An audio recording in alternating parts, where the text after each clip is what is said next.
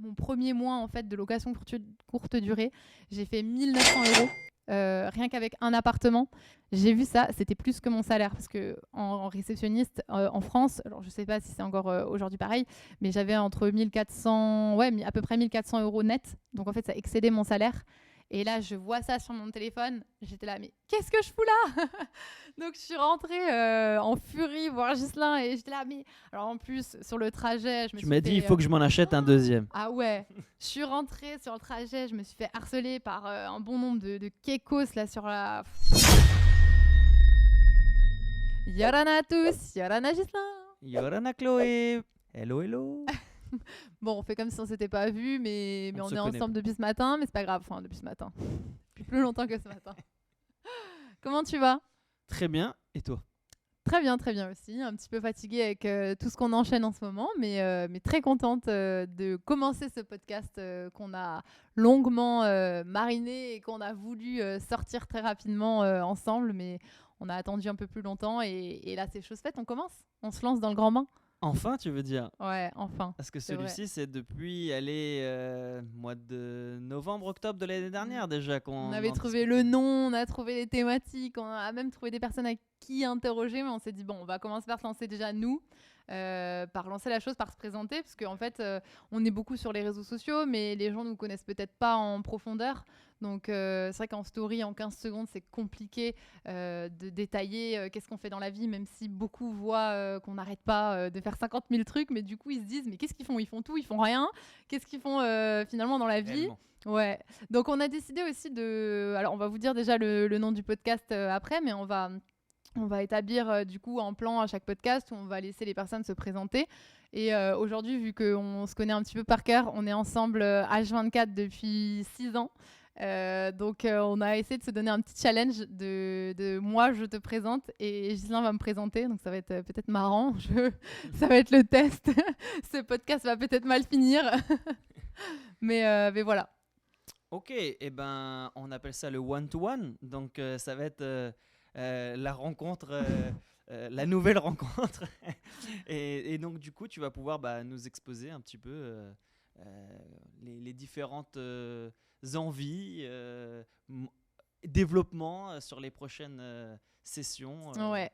Parce que là, on a beaucoup d'épisodes qui sont à venir. On a prévu des intervenants hommes et femmes qui vont pouvoir venir s'exprimer. Alors l'objectif, je ne sais pas si on l'explique maintenant. Oui. Allez, c'est parti. Donc du coup, l'objectif de ce podcast, c'est vraiment de partager notre expérience dans le monde de l'entrepreneuriat, de vous donner beaucoup de tips et également aussi tous les problèmes aussi qu'on a rencontrés, parce que souvent ça on n'en parle pas, donc c'est aussi les erreurs, qu'est-ce qu'il ne faut pas reproduire, et surtout mon objectif à moi, ça va être aussi d'insuffler, de donner l'envie de se lancer, parce que c'est souvent la problématique, on est bien dans son petit salariat au chaud, on est au CDI, on est bien tranquillement le matin en train de boire son petit café, on prend sa petite voiture, on arrive au boulot, on fait son petit train-train quotidien, mais derrière, qu'est-ce qu'on construit pour son avenir? Pas grand-chose. Surtout si on n'est pas épanoui. Donc En plus, si on n'est pas épanoui et si on est un peu obligé de faire cela. Donc, notre motivation à nous, c'est de vivre de sa passion. En tout cas, ouais, on voulait faire ce podcast parce que tous les deux, on adore écouter des podcasts tout le temps, des podcasts d'entrepreneurs, des podcasts sur la motivation. Et aujourd'hui, on a quand même constitué un beau réseau, que ce soit en Polynésie ou en métropole, et avec tout type de personnes, beaucoup d'entrepreneurs, d'investisseurs, des gens passionnés ou qui veulent se lancer. Et du coup, on s'est dit pourquoi pas nous aussi offrir notre propre vision, parce que finalement, il y a plein de podcasts, mais après, c'est la vision de chacun qui peut être intéressante. Et c'est vrai que voir plusieurs personnes, ça aide aussi, voir plusieurs types de parcours, d'où on vient, qu'est-ce qu'on en a fait, et de voir les difficultés rencontrées, parce qu'elles peuvent être multiples. Donc, je pense que c'était intéressant aussi pour nous de prendre le temps de faire ce podcast. Donc, c'est vraiment... en tout cas, arrête-moi si c'est faux, mais c'est surtout pour de la passion, pour partager. Et nous, c'était plus de l'amusement de créer ce podcast. Donc, on est un petit peu stressé aujourd'hui parce que c'est le premier, mais on a trop hâte en tout cas de faire les suivants, d'interviewer des personnes et surtout déjà de se présenter. Et du coup, je te laisse peut-être dévoiler le nom du podcast et pourquoi on l'a appelé comme ça. Moi, je suis déjà super content parce que c'est quelque chose qu'on avait travaillé longuement ensemble. On avait évoqué lors de notre voyage à Hawaï le nom. On l'a trouvé sur un volcan qu'on était en visite. Et donc, du coup, on s'est dit... alors, on en a évoqué plein. Il y a eu plein de noms qui sont remontés. On voulait faire plein de petits clins d'œil, etc. Puis on s'est dit non, il faut aller à l'essentiel. Il faut faire passer le message. Et je pense que le meilleur nom qui pouvait être aussi se l'approprier, c'est ça qui était important, c'est que chacun puisse se l'approprier aussi, c'était Next Level. C'est ça, c'est notre nom de podcast. dites-nous ce que vous en pensez dans les commentaires. Ouais. Ça, c'est important parce que c'est quelque chose qu'on s'est dit, c'est important de passer à l'étape suivante pour nous, pour moi du moins. Le plus important, notre vie, c'est comme un jeu vidéo. C'est-à-dire qu'à chaque fois qu'on avance, on passe des étapes, on passe des levels. Et du coup, petit à petit, on rencontre des difficultés, des premiers boss à battre. Et du coup, c'est compliqué, on n'arrive pas à passer ces étapes. Et donc, des fois, la chance dans les jeux vidéo, c'est qu'il y a plusieurs vies. Nous, on n'a qu'une seule vie. Donc, du coup, il ne faut pas se louper trop difficilement. Donc, il faut pouvoir avancer étape par étape, apprendre énormément de choses, comprendre ces choses-là et surtout les faire, les implémenter sur le terrain pour que tout simplement nous puissions s'enrichir de ce fonctionnement-là intellectuellement mais également professionnellement. Et c'est pour ça que j'ai la chance d'être avec Chloé aujourd'hui et d'être accompagné au quotidien de son aide parce qu'on est très, très complémentaires et on arrive à vraiment s'entraider et c'est un peu le yin et le yang, c'est un peu des fois où moi j'excède dans certaines choses, elle me ralentit et voilà, donc c'est assez marrant des fois le fonctionnement. Je pense d'ailleurs, on y a beaucoup réfléchi, mais ça pourrait vraiment être un sujet de podcast d'entreprendre, parce qu'il y a travailler en couple et il y a entreprendre en couple. Et vous nous direz du coup si ça peut vous intéresser comme sujet, mais c'est vrai que c'est pas évident et nous aussi on y travaille au quotidien. Donc on n'a pas vu beaucoup de podcasts en couple. Alors que je pense qu'il y a quand même beaucoup de personnes qui travaillent en couple et qui s'entraident. Donc, je pense que ça peut être un sujet intéressant.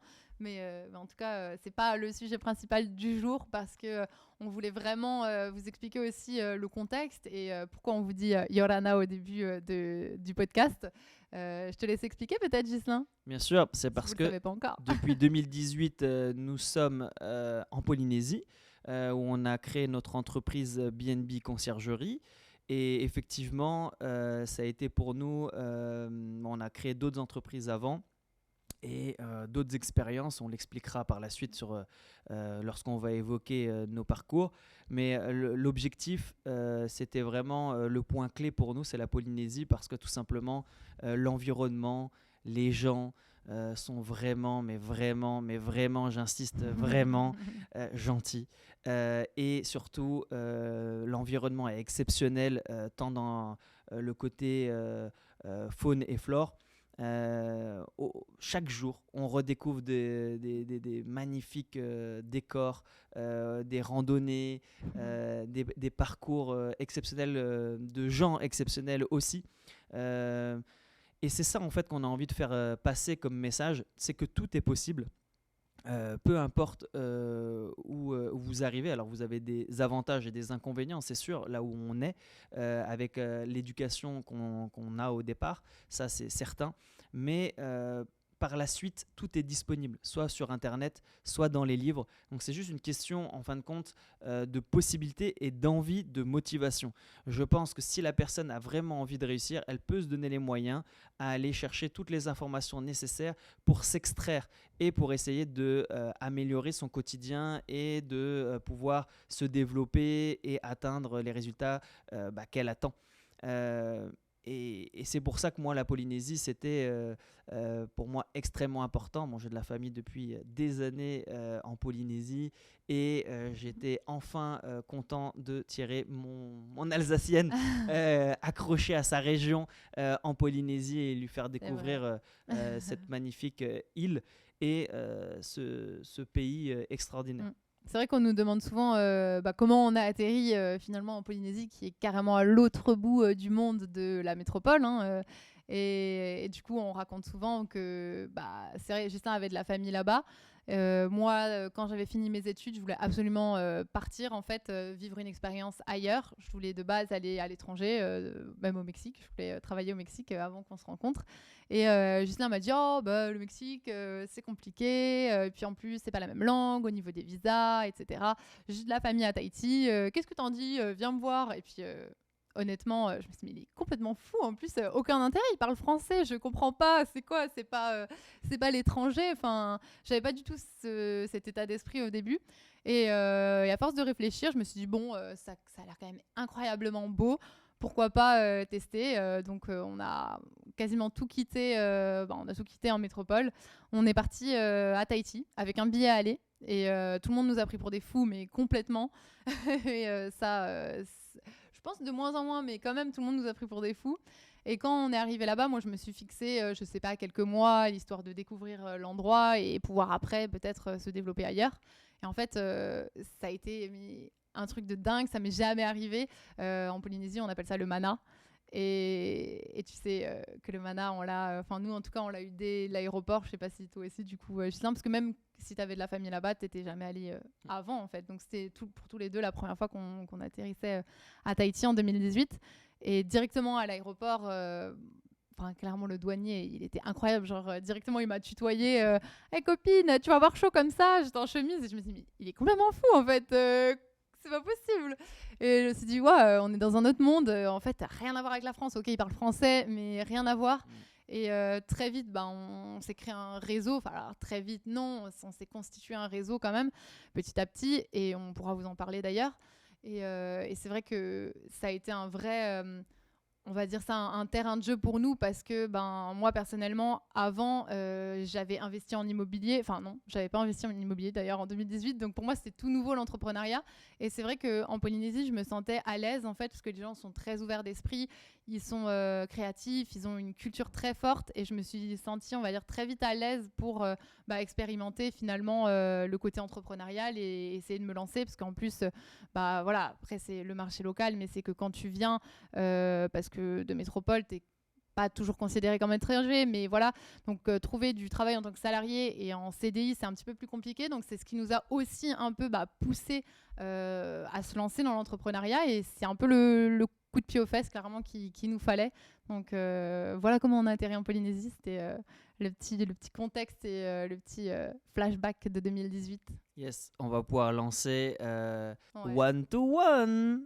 À toi. Je te laisse parler un petit peu. Alors, pour expliquer un petit peu qu'est-ce que c'est le one-to-one, je te laisse expliquer, Chloé, vas-y.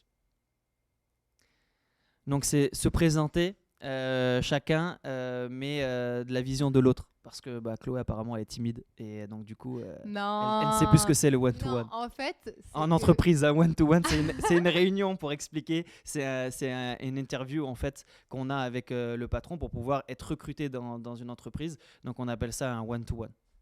Ouais, et puis c'est vrai qu'on a voulu se lancer une petite difficulté, c'est que je vais essayer de te présenter parce que ça va être rigolo et tu vas peut-être me couper et me corriger et tu vas me présenter après. Donc, comme tu veux. Tu veux que je commence? Vas-y, commence. Ok. Honneur aux dames. Donc, on va faire une petite présentation de Justin et comment il est devenu entrepreneur. Donc, Justin, déjà, tu as 37 ans. Ouh. Ouais, ça fait mal. Hein. Il y en a beaucoup qui se demandent quel âge tu as. Voilà, ça y est, ça n'a plus de secret pour personne. C'est donné que c'est jeté comme ça, hop. Par contre, moi, j'aurais pas dû faire la maline parce que depuis un mois, j'ai plus trop envie qu'on dise mon âge, mais bon, c'est pas grave. Et du coup, Gislain, toi, tu étais déjà entrepreneur avant qu'on se connaisse. Donc, c'est ce qui a fait aussi que tu m'as, on va dire, plus vite entraînée dans ce monde-là.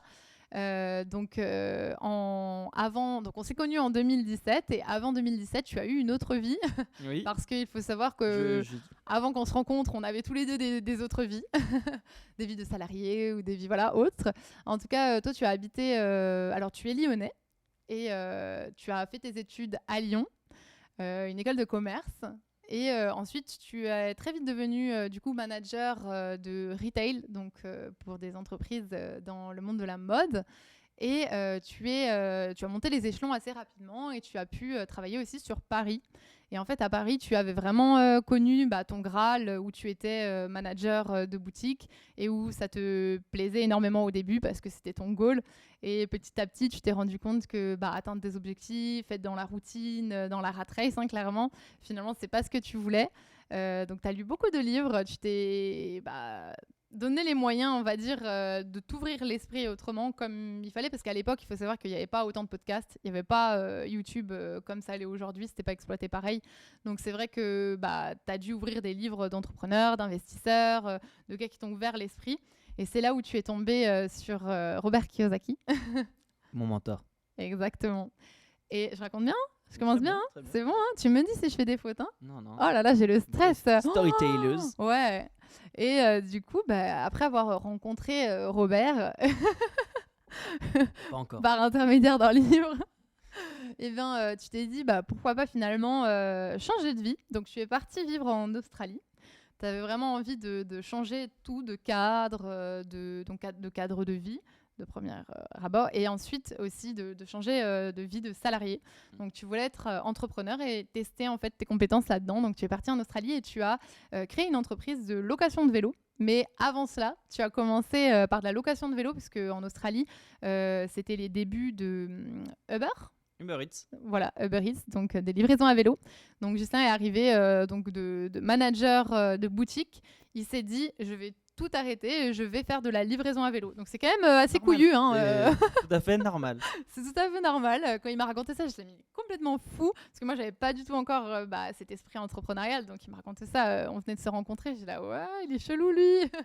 Et donc, il a fait des heures et des heures. Il a beaucoup travaillé. Il a beaucoup fait des livraisons. Donc, tu as gagné aussi pas mal d'argent. Cet argent, tu l'as gardé, oui. Et tu l'as réinvesti pour acheter des vélos électriques en Australie.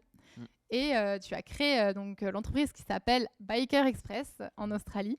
Et tu louais du coup ces vélos électriques aux Français ou aux étrangers qui arrivaient en Australie en backpackers, donc qui arrivaient avec un sac à dos finalement et qui se lançaient dans l'aventure en visa vacances-travail par exemple.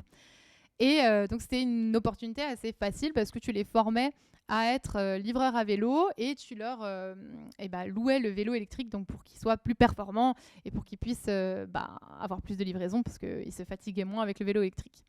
Donc, tu as lancé, c'était ta première aventure entrepreneuriale, c'est ça ? Alors c'est ma deuxième exactement, parce que la toute première que j'ai lancée, c'était Denim Addict. C'est vrai. Et c'était donc à Paris, et j'ai lancé ça en fait tout simplement via le Kiss Kiss Bank Bank, pour ceux qui connaissent. Donc on a réussi à lever une petite somme d'argent pour se lancer, pour créer un site internet et pour se développer. Malheureusement, ça n'a pas marché. Comme des fois dans l'entrepreneuriat, ça arrive. C'est-à-dire que quand on se lance, on tombe.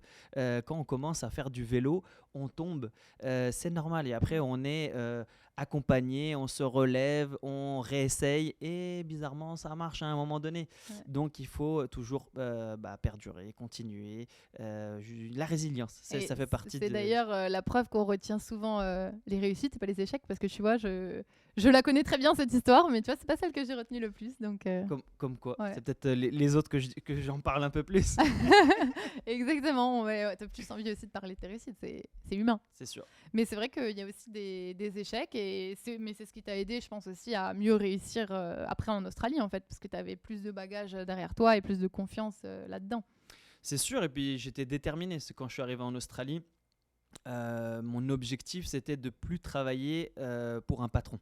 Donc c'était plus échanger mon temps contre de l'argent, et mon nouvel objectif c'était échanger de l'argent contre de l'argent, mais je n'avais pas beaucoup d'argent, donc il fallait déjà dans un premier temps mon nouveau patron, c'était un algorithme, c'était la plateforme Uber Eats, et donc ça a été une transition temporaire, parce qu'effectivement quand on est sole trader, qui était l'équivalent de micro-entrepreneur ou patenté en Polynésie, c'est de pouvoir être indépendant, mais pas tant que ça. C'est-à-dire qu'on a son téléphone qui sonne et qui nous dit il va falloir aller livrer d'un point A à un point B dans un délai qui est assez court.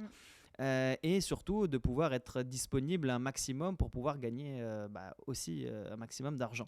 Et donc du coup, pas le choix, il faut trouver des solutions adaptées à la ville, parce que j'étais sur Sydney. Sydney fait 12 fois Paris, donc c'est très vallonné. Donc si j'avais fait les mauvais choix dès le démarrage, j'aurais tenu 2 semaines, même pas.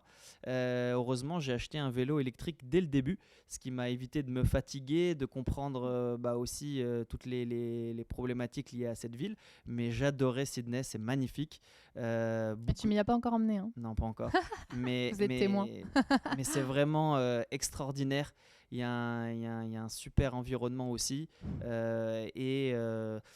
J'ai beaucoup travaillé, mais ça m'a apporté énormément, surtout sur mon concept de développement à l'entrepreneuriat et comment je pouvais mettre de l'argent de côté pour pouvoir développer par la suite mes investissements et commencer à faire travailler mon argent. C'était ça mon objectif, mais je ne savais pas encore comment faire.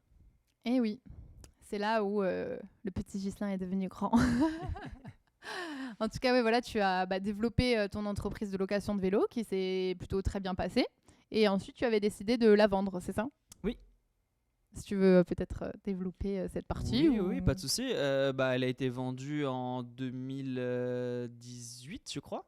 Et on a donc clôturé tout simplement la vente des 58 vélos qu'on avait à disposition sur le secteur. Pour information, on louait à peu près $10 la journée pour chaque vélo en location. Donc c'était pour tous les riders qui étaient au quotidien tout simplement qui travaillaient avec Uber Eats ou Deliveroo, parce qu'après il y en a d'autres qui sont arrivés sur le marché. Et effectivement, ça marchait très très bien. J'avais une première muse qui s'était développée avec un business qui s'était lancé plutôt facilement, on va dire ça comme ça. Après, ça a été plutôt le recrutement, le côté parrainage, parce qu'en fait, Uber, à chaque fois qu'on recrutait une nouvelle personne, qu'on parrainait une personne, on avait $100 pour moi et pour eux. Donc, ça motivait aussi à développer son réseau, sa structure, etc. Puis après, il a fallu automatiser, il a fallu trouver des systèmes pour pouvoir améliorer le business et que tout le monde puisse tout simplement en tirer parti et que ça soit win-win pour tout le monde. C'était ça qui était le plus important. Yes. Et du coup, quand tu as revendu Biker Express, tu es retourné en France. Oui. Et là, tu es resté quelques mois en France avant de rencontrer la femme de ta vie. Exactement. Et donc, du coup, je suis parti avec mon petit frère aux États-Unis pendant à peu près 3 semaines. On a fait un petit road trip sur la Road One, pour ceux qui connaissent, en Californie. On a bien kiffé. Et après, on est rentré en juin, je crois, pour mon anniversaire, ce qui m'arrive régulièrement quand je rentre en France, pour voir ma famille, profiter un petit peu des amis, etc. Et il s'est avéré que j'ai rencontré une certaine Chloé. Et donc du coup, c'est drôle parce qu'en fait on rentrait tous les deux. Alors voyage. Toi, de voyage aussi finalement, et moi aussi d'un long voyage. Et c'est vrai que c'était vraiment imprévu parce que je pense qu'on avait prévu de rester tous les deux maximum 2 mois en France et partir quelque part. Donc c'était le bon créneau. Bon, on s'est rencontrés et puis en même temps, j'avais déjà prévu moi un voyage parce que j'avais déjà prévu un petit road trip de 3 pays avec un pote entrepreneur à Paris. Du coup, on est parti quand même parce que ça faisait 5 jours que je l'avais. Ça s'annonçait mal quand même cette histoire, parce qu'une semaine on s'est rencontrés et il m'a dit oui, alors je suis entrepreneur. Alors j'étais en Australie, je fais ça. Et d'ailleurs, dans la semaine prochaine, je pars. Je retourne en Australie. Je vais au Japon, je vais à Bali. Et moi, j'étais là, mais moi, en plus, je finissais du coup mon alternance et mes études quelques semaines après. Je me suis dit, mais on vient de se rencontrer, ça match et tout, et tu parles. C'est comme ça. Des fois dans la vie, on a le coup de foudre. Et puis, de toute façon, les billets étaient achetés. Il fallait que je parte au Japon. Donc, j'étais à Tokyo. On ne peut pas dire non. C'était tellement beau que c'est clair que j'ai profité. Et Chloé terminait ses études aussi. Et du coup, il a fallu que je suis passé aussi en Australie. Et j'ai terminé par Bali. Et là, Bali, ça a été un peu aussi le coup de foudre. Moi, j'ai vraiment apprécié ce pays, l'Indonésie, qui est vraiment extraordinaire. Et quand je suis rentré, Chloé m'a dit... va falloir y retourner. Ah ouais, moi, pour le coup, Bali, pour moi, c'est vraiment le monde des entrepreneurs. Et encore, pourtant, en 2017, c'était pas autant qu'aujourd'hui, mais c'était déjà très le monde entrepreneur, sur les réseaux sociaux. Moi, je commençais, en fait, en 2017, je débutais Instagram, donc autant vous dire que Bali, ça fait rêver n'importe qui, surtout en 2017. Et j'ai dit, mais il y va sans moi. Bon, c'est pas cool, moi, je vais y aller et tout. Donc, il m'a dit, bon, je retourne avec toi. Donc, en fait, on s'est rencontrés pendant un mois et demi. Et on est partis ensemble un peu plus d'un mois à Bali. Donc, c'est vraiment à Bali qu'on a appris à se connaître et où on a énormément discuté de nos projets, de comment on voyait la vie. Est-ce que, voilà, on a aussi évoqué toutes les questions de est-ce que, voilà, on va être salarié, est-ce qu'on va être entrepreneur.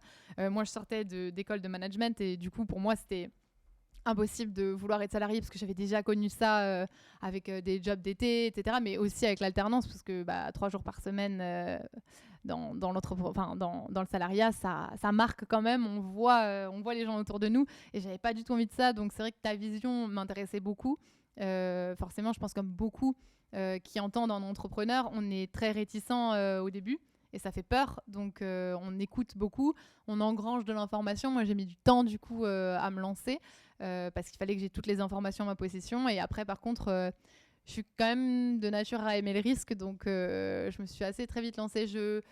J'engrange beaucoup d'informations et après, je me pose pas trop de questions et j'y vais. C'est la bonne image de je saute et je mets mon parachute après. Bon, par contre, ça, je sais pas si je le ferai un jour, mais... Non, mais ouais. Chloé, en tout cas, dès la première rencontre, je savais qu'il y avait quelque chose qui s'était passé, comme l'électricité qui passe entre deux atomes. Et donc, du coup, c'est quelque chose où j'ai ressenti qu'elle avait envie d'apprendre, de comprendre et de faire par la suite.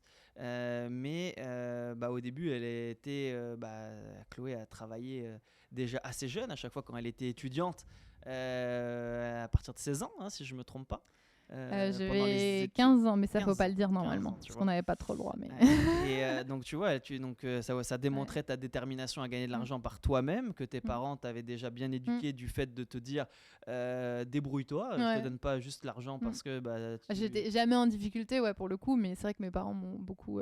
Et j'ai eu la même éducation de mes parents qui m'ont toujours poussé à soit vendre des produits comme le muguet le 1er mai ou au bord de route ou sinon, parce que c'est quelque chose qui se fait beaucoup en France. C'est génial. Ouais. Et également les brocantes. Je faisais beaucoup de brocantes avec mon papa.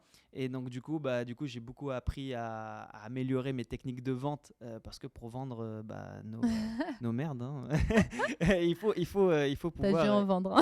Être déterminé et il faut pouvoir apporter toutes les caractéristiques techniques du produit pour pouvoir séduire le client qui va l'acheter.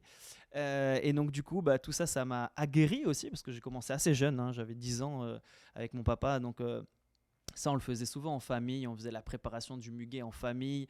On faisait la mise en place de la stratégie de vente au niveau des carrefours où il y a les feux pour appuyer sur le passage piéton pour bloquer les feux à un certain endroit stratégique pour essayer d'en vendre un maximum aux gens qui allaient attendre, etc. Enfin bref, c'était toute une stratégie que j'avais mis en place comme ça. Pour Ghislain, il faut savoir que tout est un projet. Genre tout, même limite aller à un restaurant, il faut que tout soit planifié, où on va manger, qu'est-ce qu'il y a sur la carte, nanana. Tout est un projet pour Ghislain, donc vendre du muguet, ça devait être la grande entreprise familiale, quoi. Ouais, mais c'est surtout que on commençait à en vendre pas mal et puis j'engrangeais pas mal de sous et puis ma maman venait récupérer la sacoche déjà assez lourde à midi et puis voilà, c'est des excellents souvenirs.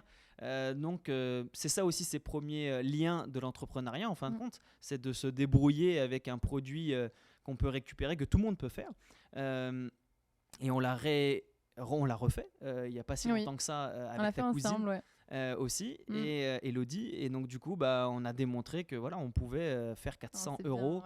On s'est carrément amusé, on a gagné 400 euros dans la journée. Donc voilà, c'était pour démontrer que c'était faisable encore même des années après. C'est juste une question de le mettre en place. Bon, après c'est sur une journée, j'avoue. Bon, et on accueillit les muguets quand même La veille. Eh oui, oui. Et puis on les a préparés le soir, etc. C'est comme la tradition prévue. Yes. Et donc du coup, pour rebondir sur Chloé, voilà, Chloé est diplômée d'un double master, donc C'est la classe dit comme ça, mais ça sert à rien. Alors, Enfin, non, oui et non, mais... c'est important, il faut expliquer. En fait, la partie école est quand même importante pour la compréhension, pour toute la partie logique, etc. Après, on l'a vu dans nos 2 expériences professionnelles, c'est que un diplôme, c'est un bout de papier et ça permet d'avoir une certification d'un certain niveau à l'école, mais ça ne vous permet pas de vous vendre lors d'un entretien, ça ne vous permet pas de pouvoir négocier votre salaire, ça ne vous permet pas énormément de choses. Voilà, je pense que tout le monde... De lire une fiche d'imposition, de comment payer moins d'impôts. Voilà, il y a beaucoup de gens connaissent peut-être le théorème de Pythagore ou de Thalès, mais personne ne l'a mis voilà, en exergue au quotidien. Donc clairement, ce qu'on apprend, c'est bien dans un état d'esprit de logique, mais au quotidien, malheureusement, on s'en sert très peu. Retenir des dates, c'est pas très pertinent. Voilà, Charlemagne en l'an 800, waouh, ça a changé ma vie. C'est vrai que même dans les écoles de commerce ou de management où on pense qu'on va vraiment apprendre à être entrepreneur ou à créer son entreprise ou à être chef d'entreprise, à bien gagner sa vie, etc. À aucun moment on nous apprend comment négocier notre salaire. À aucun moment on m'a montré comment créer une entreprise. Genre en fait c'est pas si compliqué quoi. Tu vas sur internet, tu crées ta boîte, tu choisis ton truc. Et à aucun moment on nous a appris ça alors que c'est la base quoi. Et pourtant c'est que tu as fait une école de commerce internationale. Oui. C'est ça qu'il faut expliquer aussi. C'est que dans ce double master, c'est aussi l'apprentissage normalement de toutes les choses importantes pour pouvoir te lancer dans l'entrepreneuriat. Mais en fin de compte, c'est plutôt, et tu t'en es rendu compte parce que c'est ça qui était important, c'était que tu puisses découvrir le monde du salariat aussi et que tu puisses voir entre ce qu'on t'avait vendu à l'école et la réalité sur le terrain, les salaires aussi n'étaient pas du tout en adéquation avec ce qu'on t'avait vendu. Et pour la petite anecdote, je m'étais fait le forcing d'aller faire une présentation dans son école en tant que intervenant sur l'investissement, c'était l'éducation financière. Donc c'était très marrant d'avoir tout simplement ses collègues, ses élèves. Mais ce qui était fou, c'est qu'il y en a beaucoup pas qui s'opposaient, mais qui n'étaient pas d'accord ou qui comprenaient vraiment pas, alors qu'aujourd'hui, ce que tu as raconté à l'époque, du coup, en 2017, ça me paraît carrément logique. Mais c'est vrai que vu qu'on n'en avait jamais entendu parler, ça portait vraiment beaucoup de questions. G5 qui disait « Oui, mais vous pouvez investir dans l'immobilier sans forcément avoir de l'argent. » Et c'est là « Non, faux !» Oui, puis c'est surtout des gens qui travaillaient, de mémoire, qui travaillaient dans la finance, donc ils étaient dans les banques. Mais en fait, ils ne savaient pas en fait, comment investir. Parce que voilà, c'est ça aussi la difficulté, c'est que quand on travaille dans un métier, on connaît que ce qu'on nous laisse faire. C'est souvent en fait un axe spécifique où on nous dit voilà, vous êtes salarié et donc du coup dans ce qu'on va vous donner, on vous colle une étiquette et on vous dit vous pouvez faire que ça ou ça. En fait, vous pouvez pas tout faire, vous pouvez pas avoir toutes les casquettes. Alors que dans le monde de l'entrepreneuriat, on a toutes les casquettes. On va avoir la partie commerciale, la partie marketing, la partie comptabilité, donc faire les factures, etc. Et on aura aussi publicité, etc. Donc, il faut être très polyvalent. Et c'est pas ce qu'on nous apprend quand on est salarié. Et c'est dommage. Et c'est ce que j'essayais moi toujours de faire au quotidien parce que j'ai eu d'excellents mentors aussi en tant que manager et directeur de réseau et ça m'a aidé énormément au quotidien parce que tout simplement, c'est des personnes qui m'ont laissé la chance de pouvoir tester beaucoup de stratégies que j'avais apprises et voir comment ça réagissait. Et c'est vrai que moi j'étais toujours passionné, donc j'ai toujours essayé de donner mon maximum pour les entreprises pour lesquelles j'ai travaillé et pour essayer de les faire se développer, pour qu'elles puissent tout simplement gagner plus d'argent. Et j'essaierai par réciprocité, je vais y arriver, gagner aussi de l'argent par moi-même.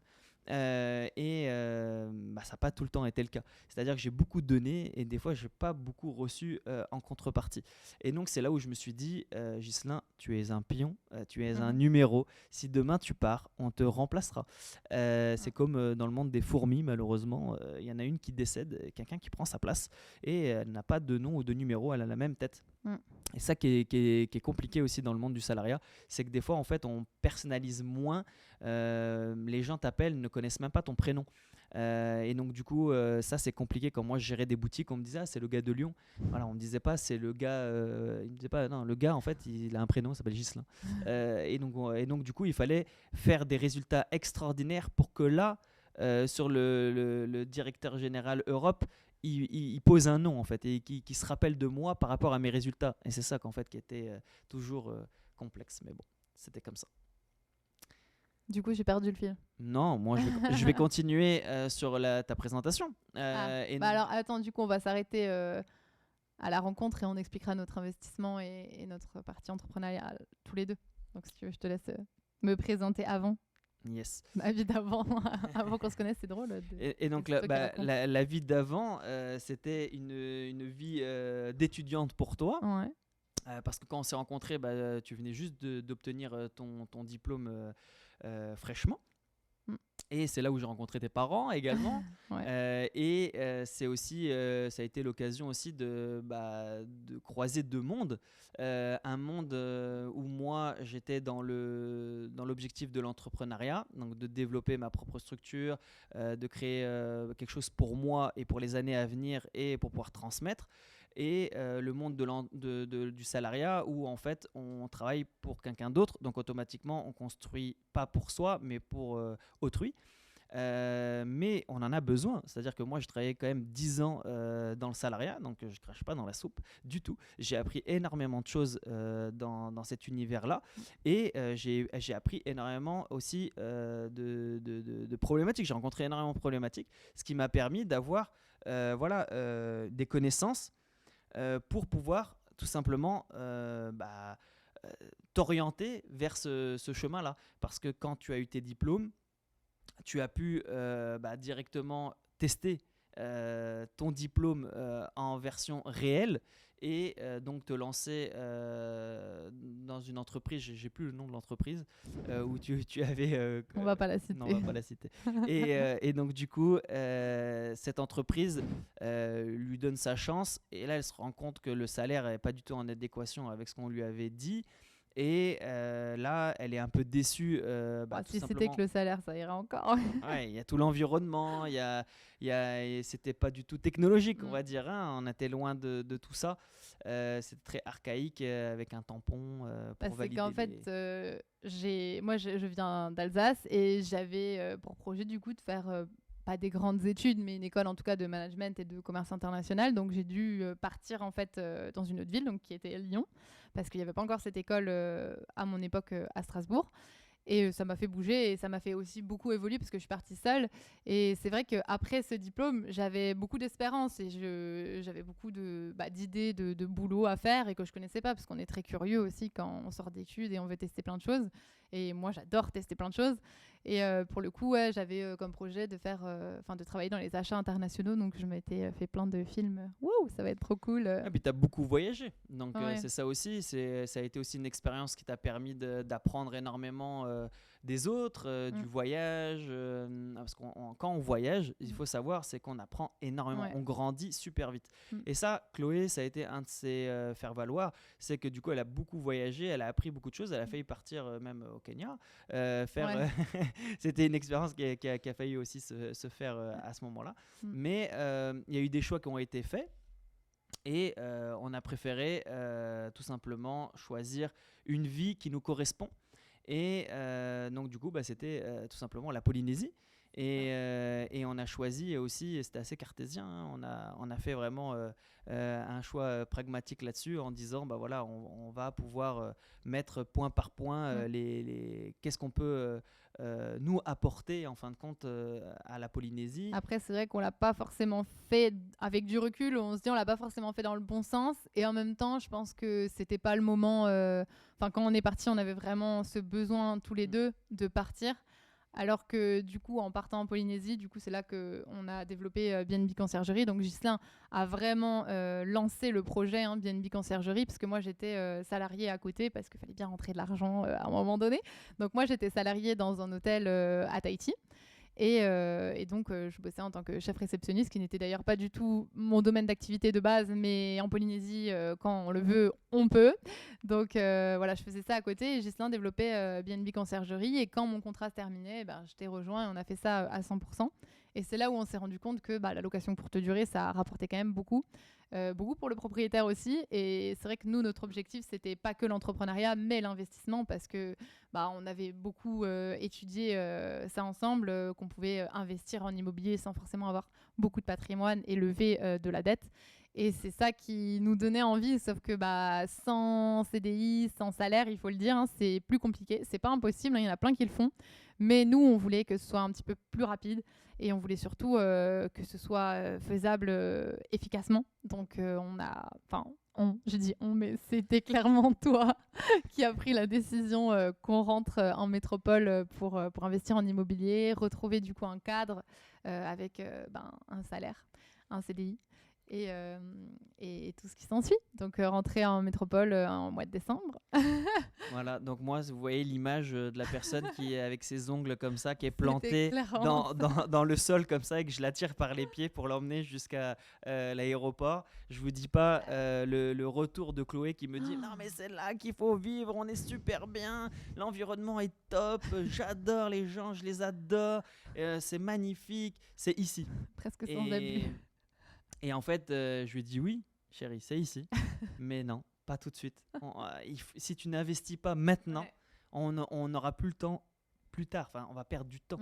Et ça, elle avait eu un petit peu de mal à ce moment-là à le comprendre parce qu'elle voulait profiter. En fait, je le comprenais, mais c'est vrai que j'avais vraiment du mal parce que je me sentais bien là où j'étais. On commençait à se créer un cadre d'entrepreneur où on gagnait quand même bien notre vie. Et du coup, de dire stop, on fait une pause. Et du coup, on fait une pause aussi dans le développement de notre entreprise, clairement. Et on prend le risque de partir et presque tout recommencer à zéro. Franchement, c'était hyper difficile comme épreuve. Et surtout qu'on connaît, on sait que ça fonctionne. Et en fait, c'est ça qu'il faut expliquer. C'est que quand on a lancé l'entreprise, on avait 4 logements en gestion et on savait que ça fonctionnait. Ouais. Donc on s'est dit, il suffit juste de se concentrer à fond dessus pour pouvoir le développer et que ça prenne encore plus de l'ampleur. Et j'ai dit, on va essayer de déléguer cette partie-là tout simplement à une personne qui s'appelle Martine. Qui est toujours là. Qui est toujours avec nous, franchisée BNB Conciergerie. Et donc du coup, qui nous a aidés depuis le début, qui a pu reprendre le lead sur les logements que j'avais pris en gestion en portefeuille client au démarrage. Et qui a super bien relevé le défi parce que c'était quand même pas évident de pouvoir faire ce qu'elle a fait. Et je la remercie encore. Et aussi de nous faire confiance parce que on est jeunes, mais avant on était encore plus jeunes du coup quand on s'est lancé. Et Martine, c'est une jeune retraitée. Et du coup, elle nous a fait confiance aussi alors que ça faisait que quelques mois qu'on se connaissait et qu'on l'avait formée sur cette partie. Elle nous a fait confiance et c'est grâce à elle aussi que BNB Conciergerie Tahiti est toujours là aujourd'hui et a continué à se développer et que quand on est revenu on a pu agrandir la structure. Mais c'est vrai que c'était un choix assez difficile et clairement pour moi c'était une épreuve. En plus je savais ce qu'on avait quitté en France et c'est clairement pas ce que je voulais retrouver. Bien sûr la famille je voulais la retrouver, mais le cadre de vie en France moi me convenait mais alors plus du tout et il fallait y revenir. Et en plus pour trouver un boulot rapidement, c'était pas dans mon bled paumé en Alsace. Clairement ça allait être plus compliqué, surtout que Ghislain allait reprendre un boulot de directeur de magasin parce que c'était plus rapide, il allait pouvoir relever un salaire plus important et investir plus. Donc on a dû retourner à Lyon. Alors très très belle ville, j'ai passé toutes mes études, j'y étais pendant 7 ans je crois. Je crache pas du tout dessus parce que c'est vraiment une ville incroyable. C'est la ville de la gastronomie, on y mange très bien, il y a des très beaux endroits, mais niveau je sais pas s'il y en a qui comprendront, mais niveau sécurité et cadre de vie, ça me convenait plus du tout. Et en plus, moi, ça me faisait vraiment penser au retour à la rat race, à tout ça. En plus, c'était l'hiver, donc il faisait froid, il y avait le vent. C'était vraiment... Rien que d'y penser, j'ai la chair de poule, tu vois. Donc quand on est rentré, on était effectivement en décembre 2018. et on rentrait tout juste donc à Lyon. Donc, heureusement que ma maman nous a gentiment accepté dans son foyer. Oui, parce qu'il faut dire aussi quand même que quand on change de vie comme ça, c'est des choix déjà pas faciles, mais en plus quand on retourne notamment en France pour trouver une location pour y habiter, si t'as pas de salaire, même que tu dis que t'étais entrepreneur à Tahiti, que t'avais un salaire, clairement ils s'en foutent, ils veulent un CDI, un salaire et de plus de 3 mois, donc c'était très compliqué aussi de revenir. Donc ta maman nous a gentiment accueillis et même nous a laissé le temps de nous relancer là-bas. En fait, ça, ils s'en foutent, quoi. C'est ça qui est impressionnant, c'est que tu peux avoir 200 000 euros sur ton compte. Ils s'en fichent. Ils s'en fichent. Ouais. Ou alors, il faudrait payer 1 an d'avance et c'était pas le but parce qu'on pensait pas y rester 1 an. Ils préfèrent avoir 3 fiches de paye de CDI, que ça se trouve, la personne va arrêter au bout de 4 mois. Puis c'était le cas pour tous les deux. mais bon, c'est pas grave, on s'est adapté à la demande sociale et la pression sociale. et donc, du coup, en fait, moi, en 2 semaines, j'ai trouvé rapidement un poste. Chloé a enchaîné également extrêmement rapidement sur un poste aussi de commercial. Ouais. Et donc, du coup, on a pu commencer à créer notre expérience. Sauf que moi, je suis allé un peu trop vite en besogne et je me suis rendu compte que le salaire que je percevais était un peu peut-être faible pour lever autant de dettes que moi je souhaitais. Donc je me suis vite réorienté sur un autre projet managérial et j'ai pu retrouver rapidement une entreprise qui m'a permis de pouvoir me lancer plus favorablement dans ce domaine. Et la même chose un peu pour Chloé. Chloé a vite rebondi sur un nouveau projet et donc du coup elle était toujours chef réceptionniste dans une chaîne d'hôtels. Et ouais, voilà. Et donc du coup l'objectif c'était vraiment d'avoir une stabilité pour le banquier avec des noms connus à l'international. Donc on avait des marques reconnues et donc du coup ça aide pour le passage en banque clairement et on a pu se concentrer sur l'investissement parce que on avait la compréhension, on savait comment ça fonctionnait. Maintenant tout ce qu'on avait dit, il fallait le faire parce que tout simplement tu voulais pas dire quoi? La phrase dire ça fait dire ça fait rire. Faire ça fait taire. J'étais pas là. Okay, c'est pas grave. J'ai claqué ta phrase. Désolée. C'est pas grave. Et donc du coup, je crois toujours que je suis dans son cerveau, mais on a une connexion. Des fois il y a un petit décalage, c'est la Wi-Fi, ça doit être ça. Et bon bref, l'objectif pour nous c'était de le faire maintenant et d'y aller. Et par contre il fallait pas investir au mauvais endroit, donc on a cherché et là en Alsace on s'est dit c'est une super opportunité de pouvoir investir là où Chloé elle connaît très très bien cet environnement. C'est surtout qu'effectivement on ne voulait pas investir à Lyon parce que clairement le prix de l'immobilier est beaucoup plus haut, c'est une très grande ville, le marché était presque déjà saturé, il y a beaucoup de lois qui se mettent en place pour la location courte durée, donc c'est faisable, c'est clairement possible, mais c'était pas nous notre objectif parce qu'on s'était déjà formé, on avait déjà on va dire une avance là-dessus et moi je venais d'Alsace et mon projet, si on restait un peu plus longtemps en France, c'était éventuellement d'être en Alsace et de faire les travaux en Alsace. Surtout que là où je viens, c'est une très bonne ville d'investissement. Ça fonctionne comme il faut. Alors maintenant, le marché commence à être saturé parce que je pense qu'on en a beaucoup parlé.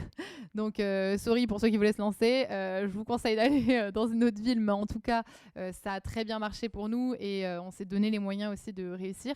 Et on a eu la chance, et oui, clairement, pour moi, c'était une chance. C'est que tu avais très bien dit, c'est investir au bon endroit. Mais par contre, il n'y a pas de bon moment, en fait. Le bon moment, c'est maintenant. Et nous, du coup, quand on s'est lancé, c'était avant Covid. Et le premier investissement qu'on a fait, c'était le mien, du coup, que j'ai acheté. Et 2 jours avant de signer, il y a eu le confinement, donc porte close de tout. Donc je n'ai même pas pu signer j'ai même pas pu signer mon appartement. Donc j'étais dépitée au début, genre pendant 1 semaine c'était la panique à bord. Je me suis dit mais je vais perdre du temps alors que tout ce temps j'aurais pu faire des travaux et tout dedans. En fait ça a été une aubaine pas possible parce que mon prêt n'était pas encore signé, donc on attendait qu'on puisse re-signer, que ça rouvre. Et ça m'a permis de décaler mon prêt et finalement j'aurais rien pu faire parce que même les magasins de bricolage, de tout ça étaient fermés.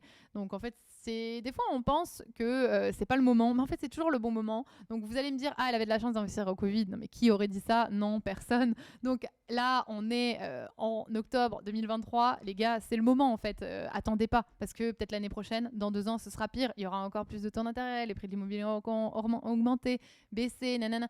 En fait, il faut le faire maintenant et arrêter d'attendre et se trouver des excuses H24 parce que franchement, on est tous les deux sur les réseaux sociaux et on adore répondre à notre communauté, on adore échanger, mais le nombre de personnes qui se trouvent des excuses, c'est hallucinant, quoi.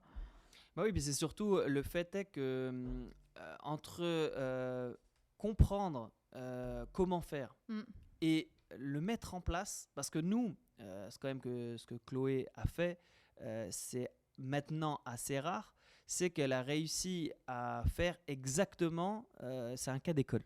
C'est-à-dire qu'en fait, elle a réussi à emprunter sur 30 ans, ce qui est très compliqué maintenant, hein, on connaît les nouvelles règles, c'est entre 25 et 27 ans maximum, hein, c'est beaucoup plus compliqué maintenant. Avec l'inflation et tout ça, bref. Après, tout dépend aussi de l'âge de la personne. Aussi, voilà, Chloé avait moins de 30 ans, donc automatiquement, elle avait ce potentiel de pouvoir emprunter sur une longue durée. Donc tous les jeunes qui nous écoutent, qui ont moins de 30 ans, lancez-vous tout de suite, ouais. Dès que possible, dès que vous avez un contrat que vous pouvez prendre en CDI. Moi, si c'était à refaire, je prendrais n'importe quoi. McDonald's, CDI avec un revenu. McDonald's, c'est pour le nom en fait, c'est pour le banquier, c'est pour rassurer le banquier, mais ça pourrait être Decathlon, ça pourrait être la Fnac. Ouais, des entreprises qui se disent ça va pas couler demain, quoi. Vous allez toujours avoir votre salaire régulier qui tombe et rassurer le banquier, c'est ça. Moi, ce qui était très important, c'est de comprendre comment fonctionnait la banque pour pouvoir en fait faire un dossier le plus adéquat possible pour que tout simplement il n'ait plus qu'à signer. Et c'est ça en fait qui fait notre force, c'est que notre dossier était tellement costaud, et ça on a recherché, voilà, c'est du travail de fond, et c'est ce que Chloé a réussi à faire en faisant un avant-après, en expliquant pourquoi elle investissait de cette façon-là, pourquoi elle mettait en place cette stratégie, et le banquier l'a suivi. Alors c'est un banquier de famille. Alors j'ai vu aussi 3-4 banquiers avant, dont certains où ça s'est très mal passé, hein, il faut le dire, parce que Ghislain qui va chez le banquier tout seul avec sa chemise, et moi qui vais toute seule, même bien habillée, ou n'importe comme vous voulez habillée. On est une femme, hein, clairement, il faut le dire. Il y a beaucoup plus de difficultés quand on est une jeune femme seule et qui veut investir en immobilier, parce qu'on a tous les deux investi, pour le moment en tout cas, à l'heure actuelle, chacun de notre côté avec nos financements. Et quand je suis allée voir certains banquiers, il y en a un, il m'a quand même dit, il est où votre mari? Mais vous pensez que vous allez pouvoir investir toute seule? Je dis, mais je ne suis pas mariée en fait, et je vais investir toute seule. Et c'était vraiment horrible. Il m'a vraiment pas du tout respectée, alors que je suis venue avec mon dossier et j'étais plutôt sûre de moi. Et en fait, franchement, il m'a vraiment cassée. Et alors, c'était dur et pas dur, vraiment, je suis sortie, j'étais trop énervée et je me suis dit, mais il est complètement fou lui, pourquoi il croit pas en moi, c'est pas possible. Et du coup, j'ai pas lâché, je suis allée en voir d'autres et j'ai réussi. Et finalement, l'histoire fait que en fait, c'est quand même mon banquier de famille qui m'a laissé cette opportunité d'emprunter sur 30 ans sans apport. Et le banquier qui m'a refusé et qui m'a mal parlé, qui m'a dit, il est où votre mari, vous n'allez pas pouvoir investir toute seule, ça va pas marcher, etc. Et vraiment, il m'a dit ça. Et lui, sa banque, elle a fermé moins d'un an après en plus, hein. On est passé devant, je dis purée, c'était là et tout, c'est fermé. Et voilà, s'il m'écoute aujourd'hui, je lui fais la bise et je lui dis, tu sais quoi, ça a marché, mec. et voilà, après c'est comme quoi, la première question qu'il faudrait poser à votre banquier avant qu'il vous dise oui ou non, c'est est-ce que vous avez investi en immobilier c'est-à-dire pas sa résidence principale, parce que c'est un peu la problématique qu'on a toujours à acheter tout de suite sa résidence principale. Mais quand vous achetez votre résidence principale, vous mettez déjà un premier boulet au pied. C'est-à-dire que si c'est sur 20 ans, c'est pendant 20 ans que vous allez devoir payer vous-même, parce que c'est vous le locataire dans le logement. Et donc vous allez payer vous-même un revenu récurrent. C'est-à-dire que si c'est une somme fixe, vous allez être obligé de continuer à payer, et donc d'un autre côté ça vous oblige d'avoir une sécurité de revenus, et donc du coup ça vous laisse dans la tête dans le guidon, et c'est ça qui est pas bon. C'est pour ça que nous on conseille dans un premier temps, c'est toujours d'investir dans du locatif, et de vous être locataire, c'est-à-dire de vous laisser libre la possibilité de bouger, de pouvoir faire ce que vous souhaitez. Et c'est l'argent qui va être généré, le différentiel positif, on appelle cash flow en anglais, qui permet d'avoir un revenu supplémentaire qui va venir s'ajouter à vos revenus que vous avez par exemple en CDI. Et donc, ça va vous permettre de pouvoir emprunter plus, etc., parce que vos revenus sont plus élevés. Après, bien sûr, il y a toujours des limites. Tout le monde connaît les 33, 35% maintenant. Voilà, après, il y a des variantes en fonction des endroits. En Polynésie, c'est plus 30%. En France métropolitaine, on est plus dans les, on va dire, 35% aujourd'hui. On peut aller jusqu'à 35%. Mais voilà, les exigences sont plus importantes, on demande un peu plus d'apport, etc. Voilà, les règles ont un peu changé depuis Covid. Mais ça, c'est pas grave. Le plus important, c'est que ça soit une stratégie rentable.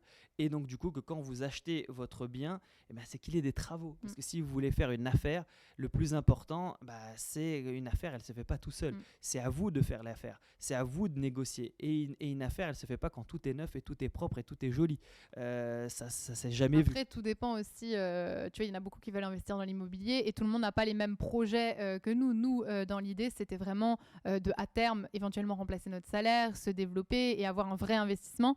Il y en a d'autres qui ont pour projet juste de, soi-disant, remplacer leurs impôts, payer moins d'impôts, donc avec des lois Pinel, etc. Ou des gens qui ont très peur de la location courte durée et qui vont se lancer en coloc ou qui ne veulent pas... je sais pas, investir dans des meubles et tout, ça je comprends toujours pas, mais voilà, donc de faire de la location nue parce qu'ils veulent pas de problème et en fait ils laissent un logement des fois complètement pourri aux locataires et après ils s'étonnent que ça fonctionne pas. Enfin voilà, après il y a plusieurs stratégies différentes, il y en a aussi des bonnes, il y a d'autres très bonnes stratégies autres que la location courte durée, mais tout dépend en fait donc, du projet de l'investisseur finalement. Nous on s'est dit en fait tout simplement quelle est la stratégie la plus haut rendement, qu'est-ce qui rapporte le plus. C'est la location courte durée. On s'est dit, ok, c'est quoi la sécurité de la location courte durée? Par exemple, Airbnb vous assure avec son programme AirCover à hauteur de 3 millions de dollars.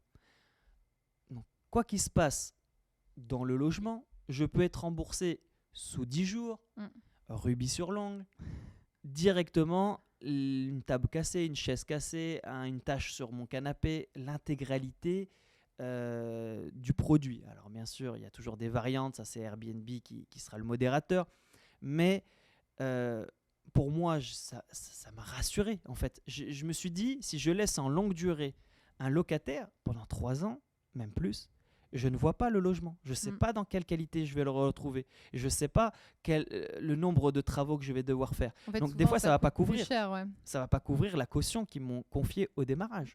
Donc, pour moi, c'était évident de pouvoir être toujours avoir le contrôle en fait sur mon business, parce que c'est ça le plus important, c'est garder le contrôle.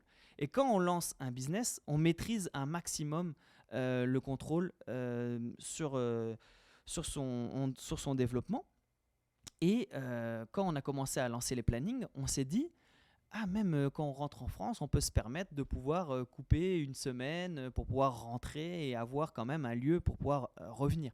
Et c'est ça aussi qui était important, c'est que vu qu'on a plusieurs logements en Alsace, ça nous permettait aussi de pouvoir soit d'aller un peu chez Chloé ou soit de venir un peu chez moi et de pouvoir de faire l'équilibre et aussi de suivre un peu nos logements et de savoir s'ils avaient besoin de refresh, ce qui a été le cas lors de notre dernière visite en juin où on a redonné un coup de peinture au logement à Chloé.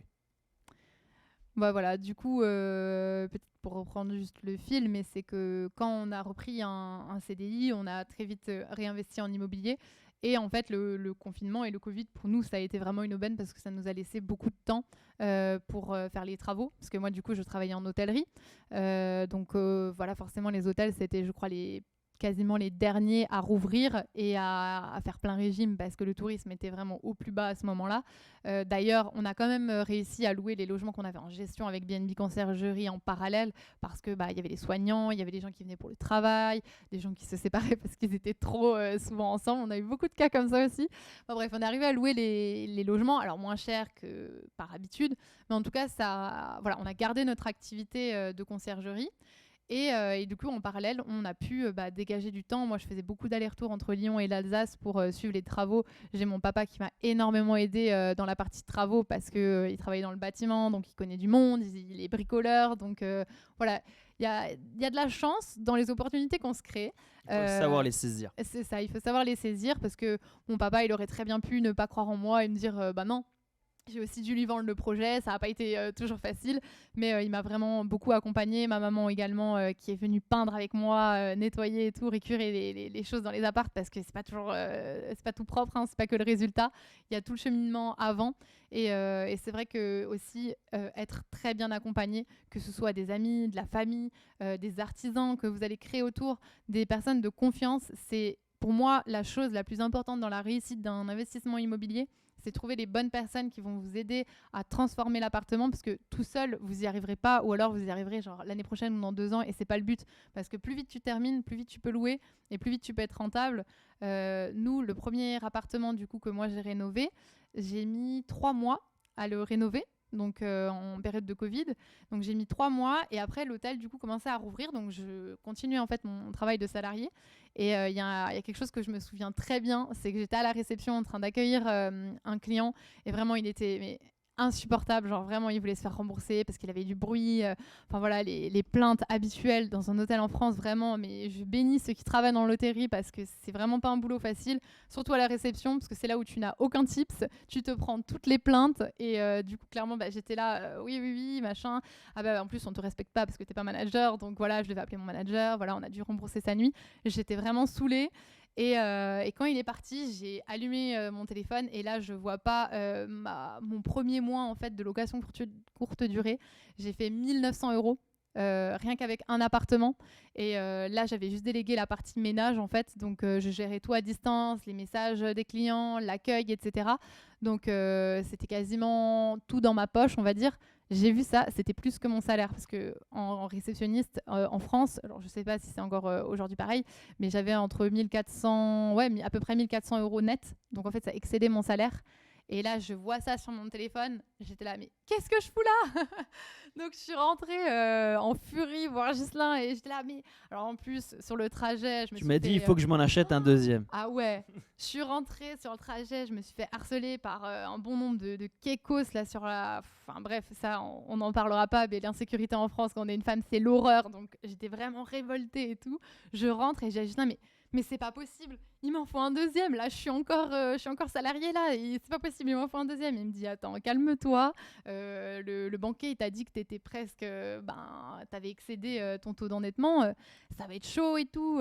Puis j'avais quand même laissé mon contact à l'agent immobilière qui m'avait vendu le premier bien, en lui expliquant que voilà, si on avait un deuxième pareil, que ça pouvait nous intéresser, donc que ce soit pour moi, pour Ghislain ou pour ma famille, qu'elle nous contacterait. Et un truc de fou, mais franchement, je crois pas tant aux énergies et tout, mais quand même, je pense qu'il y a quand même un truc, c'est que donc ça devait être début de semaine, et le vendredi, elle me dit, Chloé, on a rentré un bien, on l'a pas encore mis sur les plateformes, mais il correspond vraiment à ce que tu veux et tout. J'ai pas de photos, mais viens le visiter samedi, parce que sinon lundi on le met en vente en fait sur les plateformes. Et là, je fais what en panique. En plus, je devais travailler, donc j'ai dû appeler ma chef. Heureusement, ma chef, quand même, par contre, je sais pas si elle me suit ou si elle m'écoute, mais merci à elle parce que elle est arrivée à me dégager du temps quand je pouvais pour aussi faire mes allers-retours en France. Donc ça, vraiment, j'ai été bien entourée aussi de ce côté. Mais c'est aussi une question de d'expliquer ton projet, d'être sérieuse parce que voilà, même que mon boulot il me plaisait pas plus que ça, j'étais quand même sérieuse. Je venais à l'heure, je travaillais. De façon professionnelle et du coup je pouvais faire mes allers-retours et j'ai pu visiter ce bien et c'est aujourd'hui le Joyau Alsacien. Et il était incroyable, genre incroyablement placé, quasiment le même prix que le premier. C'était un truc de fou et j'ai dit purée il me le faut. Donc en fait j'ai fait l'offre d'achat, je ne savais même pas si je pouvais acheter ce bien. Et Ghislain qui me dit si ça va le faire, Ghislain est toujours positif. Mais il m'a dit ça va être chaud, mais ça peut le faire et tout. Et donc, c'est passé. C'est passé. Je suis retournée voir mon banquier. J'étais stressée, mais pire qu'un entretien d'embauche, n'importe quel job. Oui, parce qu'il y a des montages financiers un peu différents. Ah ouais, c'était chaud. Parce qu'en plus, du coup, le banquier, je lui avais pas forcément dit que j'avais investi en location courte durée. Désolée si tu m'écoutes. Mais du Ça coup, fait partie des voilà, je stratégies devais d'investissement. montrer aussi les revenus de loyer qui rentraient du premier achat. Et donc, j'ai constitué mon dossier. Et ça a été vraiment chaud parce qu'il m'a dû me rappeler 3-4 fois.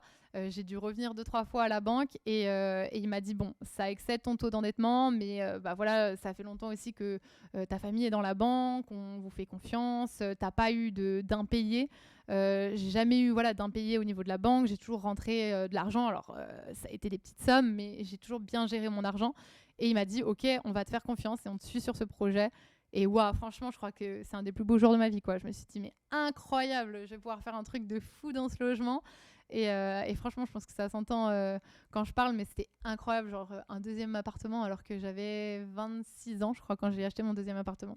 Donc tout est possible alors que je n'ai jamais fait d'études en immobilier. Je n'ai j'ai jamais étudié là-dedans et franchement, j'ai juste cru très fort et j'ai cru en moi aussi parce que voilà, suivre des gens qui l'ont fait et tout, il y a plein de choses qui rentrent en compte, mais surtout il faut se lancer en fait. Et je tiens juste à préciser qu'elle a fait tout de A à Z. Parce qu'en fait, effectivement, moi, je lui ai transmis beaucoup de choses qui étaient intéressantes, mais je n'ai pas voulu faire à sa place. Et donc, du coup, je lui ai laissé vraiment rechercher le bien, faire la visite, tout de A à Z, et ce qu'elle a extrêmement bien fait.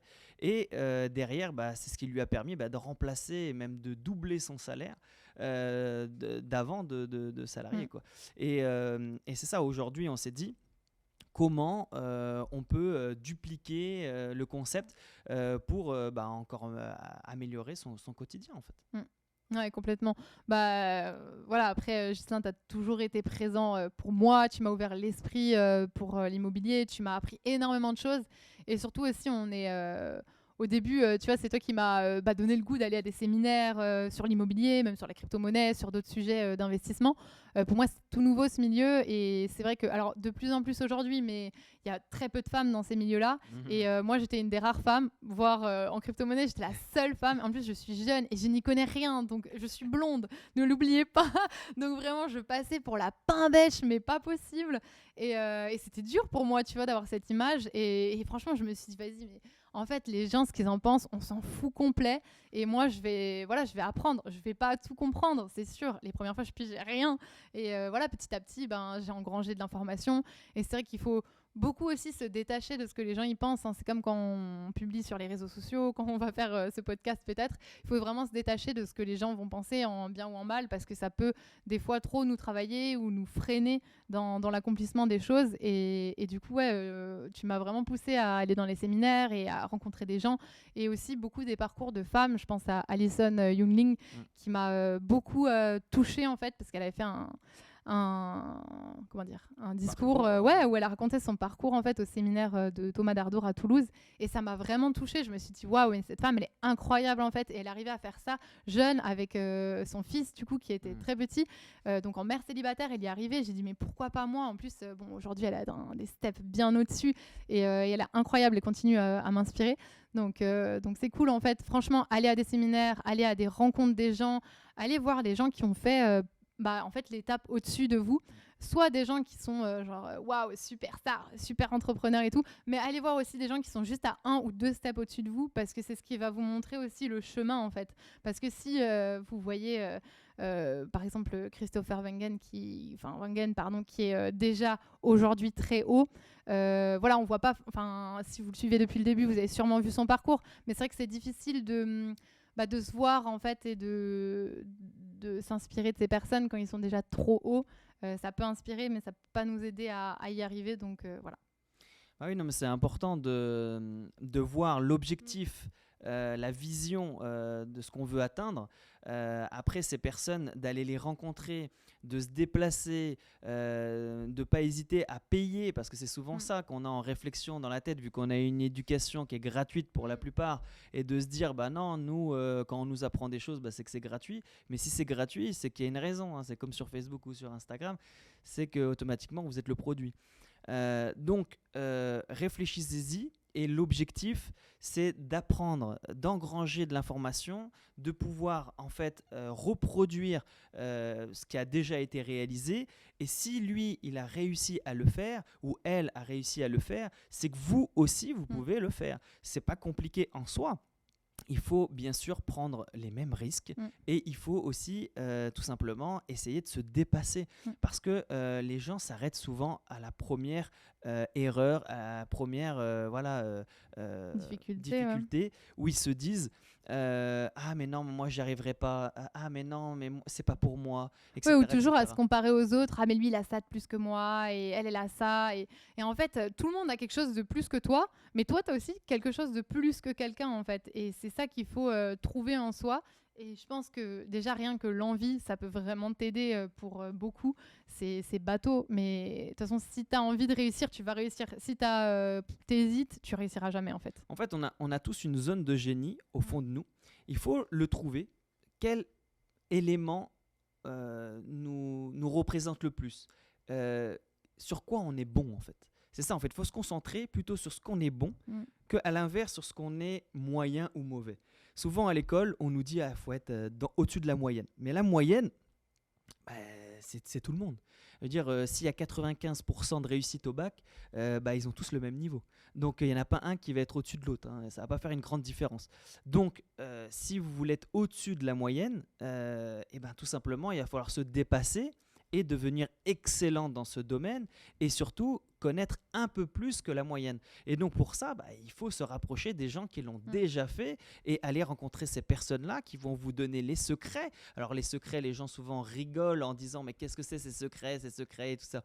Mais en fait, il y a rien d'extraordinaire en fait. Les secrets en soi, c'est de croire en soi. En fait, c'est ça. Puis après, c'est vrai que franchement, il faut se former. Il y en a qui se lancent. Nous, on s'est lancé. Alors, je dirais sans se former, non, c'est faux parce qu'on a rencontré énormément de gens, on a regardé énormément de vidéos YouTube, on a quand même fait des formations en ligne.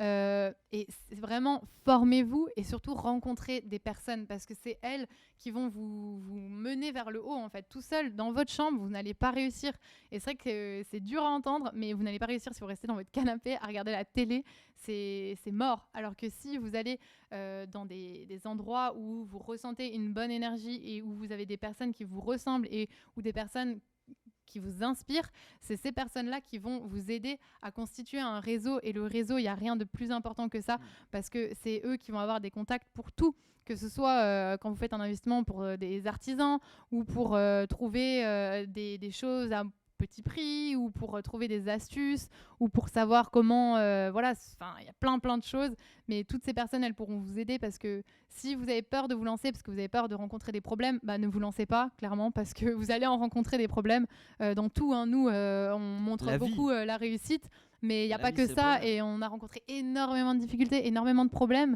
mais c'est pas ça qui nous a arrêtés en fait. Un entrepreneur, un investisseur, il trouve des solutions. Et si vous n'êtes pas, votre cerveau n'est pas en mode solution, c'est pas la peine de vous lancer. Non, mais les gens disent à chaque fois la vie est risquée. Mais oui, à la fin on meurt tous. Donc effectivement, c'est le plus grand risque, c'est la vie. Mais c'est pour ça qu'il faut le faire le plus vite possible, se donner les moyens. C'est souvent la métrique la moins maîtrisée, le temps. Souvent les gens laissent passer le temps.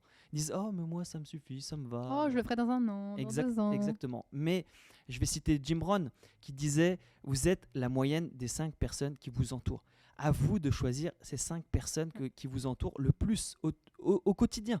Ça peut être votre famille, ça peut être vos amis, et si ça ne correspond pas à votre mindset, à votre développement de votre état d'esprit, changez, déplacez-vous. Je veux dire, le monde est grand, hein. Le monde vous appartient. Il suffit juste de vous déplacer à droite et à gauche et d'apprendre des uns et des autres. Il y a les livres, il y a aujourd'hui YouTube. On a la chance d'avoir énormément d'informations depuis 2010 sur cette plateforme qui recense quasiment tout. Il y en a toutes les infos là, quasiment là-dessus. Donc vous pouvez avoir 95% de l'information soit sur YouTube, soit dans les livres, donc après, ou dans les podcasts ou dans d'autres types d'articles. Mais globalement, moi-même, je me suis formé principalement sur YouTube ou dans les livres. Et après, bien sûr, c'est les séminaires qui m'ont galvanisé, on va dire. J'ai réussi à passer d'autres étapes en ayant rencontré les personnes qui l'avaient fait. Et souvent, des fois même plus jeunes que moi. Donc du coup, c'est pas une question d'âge, c'est pas une question... c'est une question d'état d'esprit. Clairement, c'est une question de se le dire à soi-même. Est-ce qu'on veut le faire ou on peut le faire, en fait, c'est ça.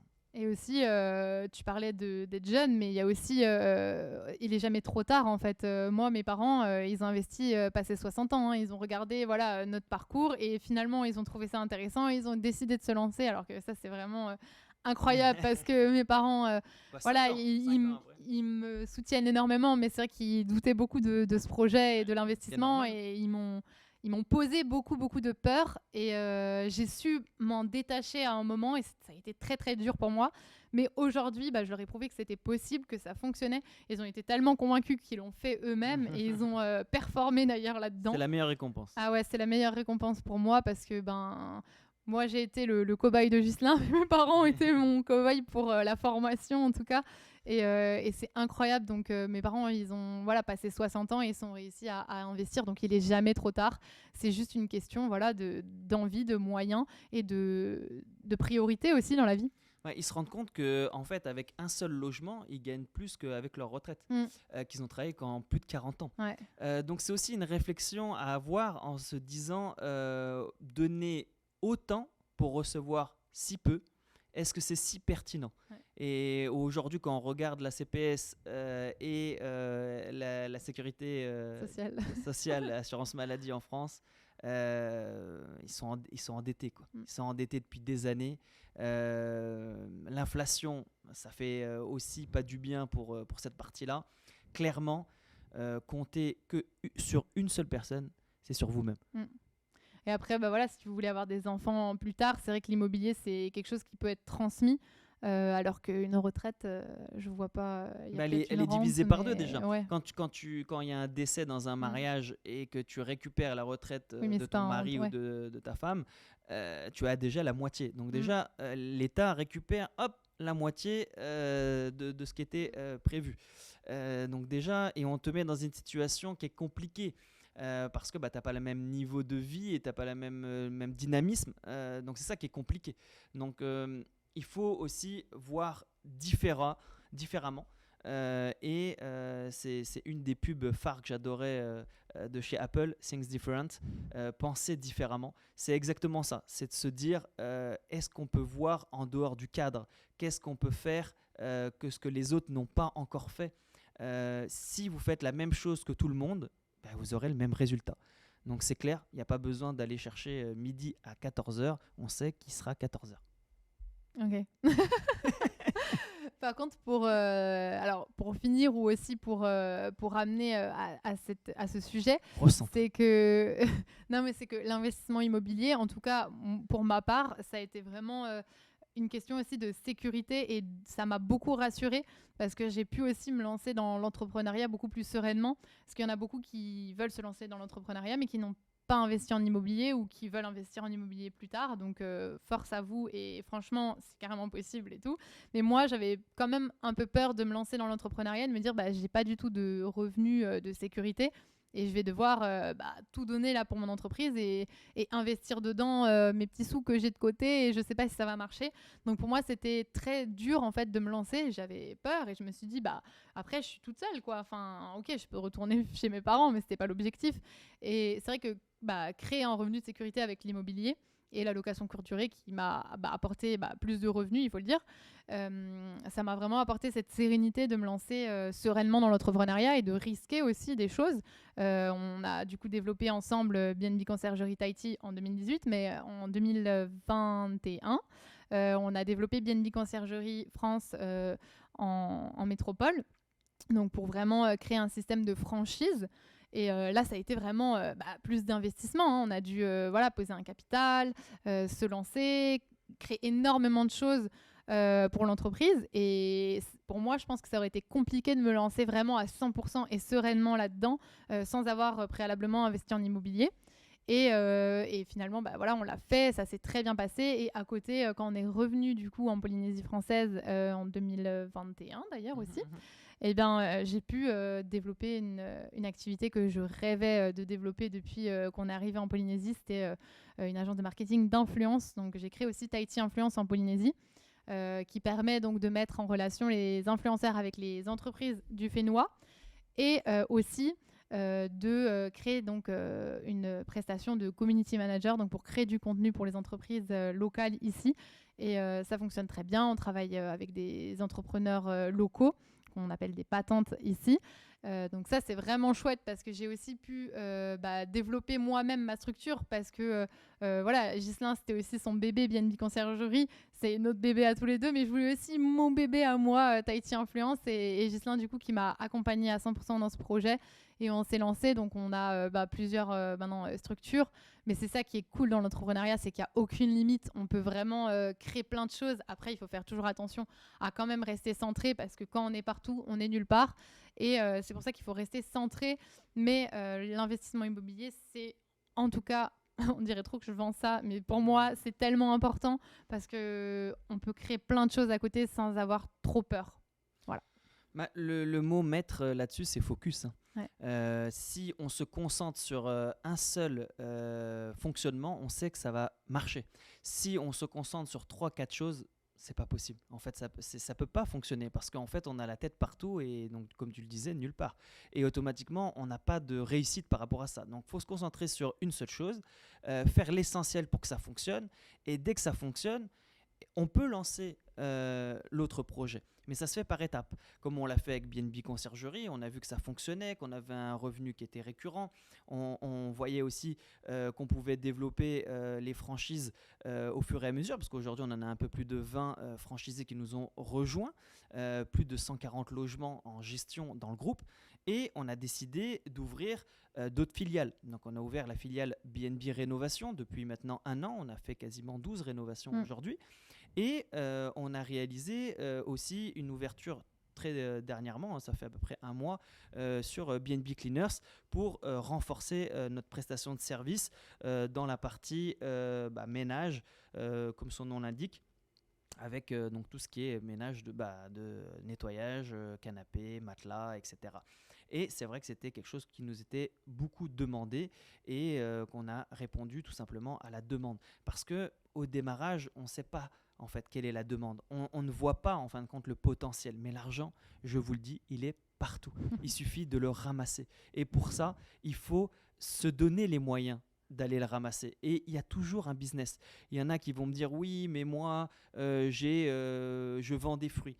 Si déjà, tu mixes ton fruit, tu ne vas pas le vendre à la même valeur. Tu vas lui apporter de la valeur. Et si tu apportes de la valeur au produit, tu peux vendre ton fruit plus cher. Tu vas vendre un smoothie. Et automatiquement, si sur ce smoothie, tu vas lui apporter une marque, une image, tu vas pouvoir encore vendre plus cher. Donc, plus tu vas magnifier ton produit, plus tu vas pouvoir savoir le vendre avec un bon marketing.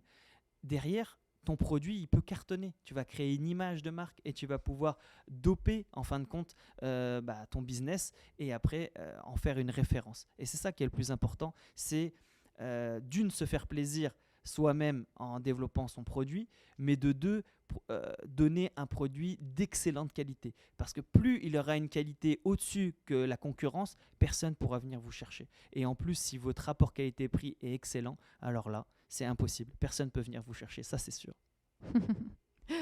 Merci Ghislain.